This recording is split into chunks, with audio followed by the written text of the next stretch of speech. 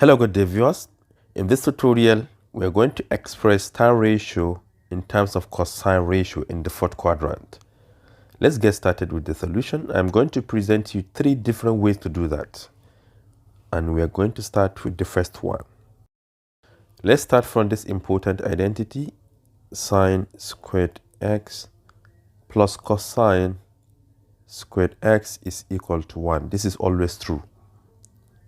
But we know that dividing sine by cosine will give us tan, and that's our main target.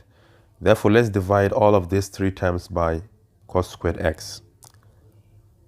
And this will give us sine squared x divided by cosine squared x plus cosine squared x divided by cosine squared x equal to 1 divided by cosine squared x. From here you can see this is just tan squared x, right?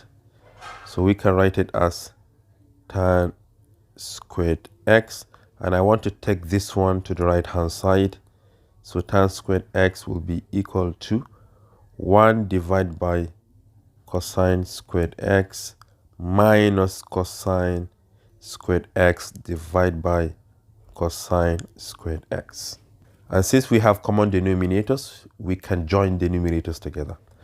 So tan squared x is equal to 1 minus cosine squared x divided by cosine squared x.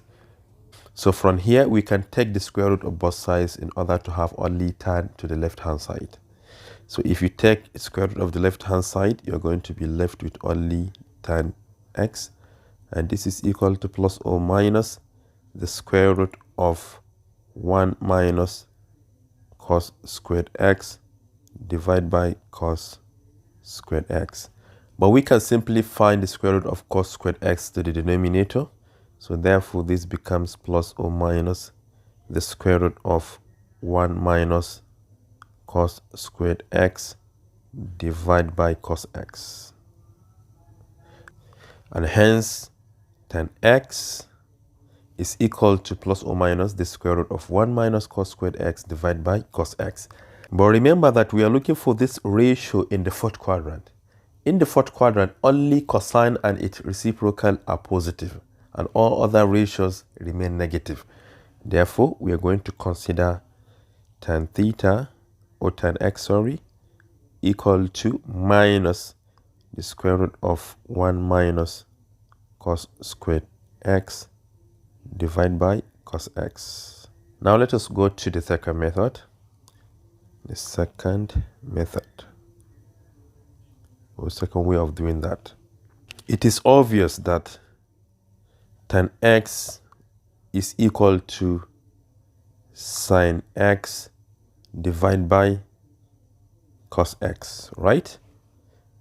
So the only thing we have to the right hand side that we don't want is sine x. And how can we express sine x in terms of cos x? That's what we are going to do here.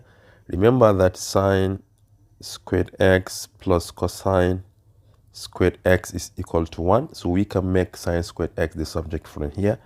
Sine squared x will be equal to 1 minus cosine squared x. And sine x will be equal to plus or minus the square root of 1 minus cos squared x. Instead, we can replace sine x with plus or minus the square root of 1 minus cos squared x, and we are done. Therefore, tan x is equal to plus or minus the square root of 1 minus cos squared x divided by cos x. But in the fourth quadrant, remember, this is going to be negative, so we are going to take away the positive sign and leave it like this. And this is the second method. Very simple, right? Now let us move to the last one. Since tan ratio, which is tan x, is equal to sine x divided by cos x, it implies that tan squared x is equal to sine squared x divided by cosine squared x. But remember that sine squared x can be written as 1 minus cosine squared x. Therefore, tan squared x is equal to 1 minus cos squared x divided by cos squared x.